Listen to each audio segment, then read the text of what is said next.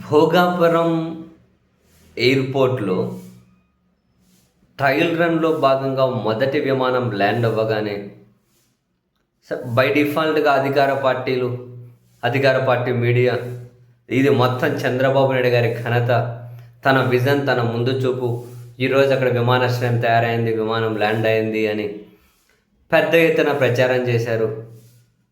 And అదే క్రమంలోనే ఈ భోగాపురం ఎయిర్పోర్టుకి సంబంధించి మొదలే రాయేసి శంకుస్థాపన రాయేసిన దగ్గర నుంచి ప్రారంభోత్సవం ఈ ట్రయల్ రన్లో విమానం ల్యాండ్ అయ్యేంత వరకు కర్త కర్మక్రియ మొత్తం చంద్రబాబే అని చెప్పి మంత్రులు మీడియా సమావేశం పెట్టి మాట్లాడుతూ ఉన్నారు.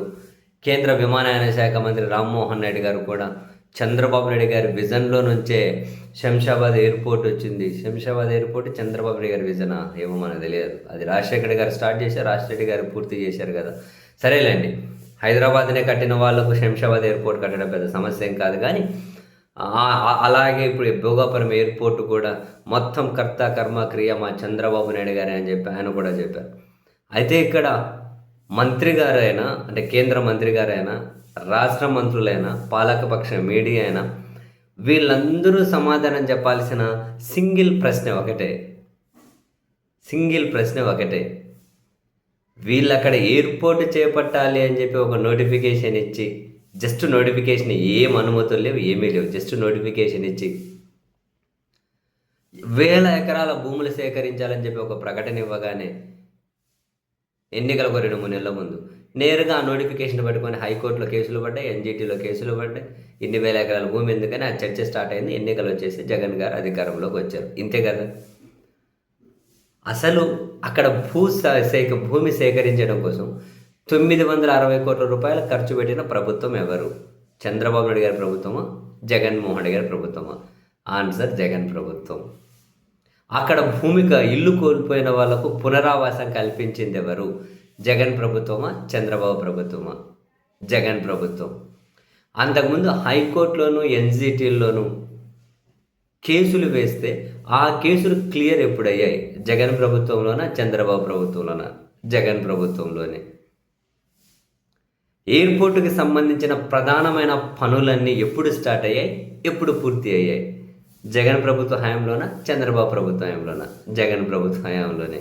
ఇవన్నీ కళ్ళ ముందున్నవే కాదు అని వీళ్ళు డేట్స్తో సహా చెప్పమనండి.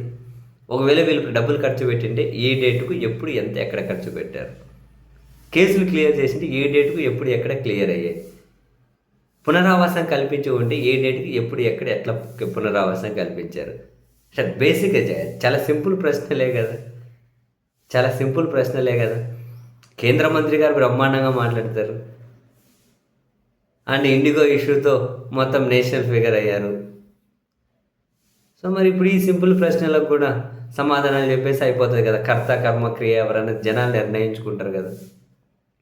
అన్నిటికీ మించి అసలు అనుమతులు ఎప్పుడు వచ్చాయి? ఆ ఢిల్లీ చుట్టూ తిరిగి అనుమతులు తెచ్చింది ఎవరు?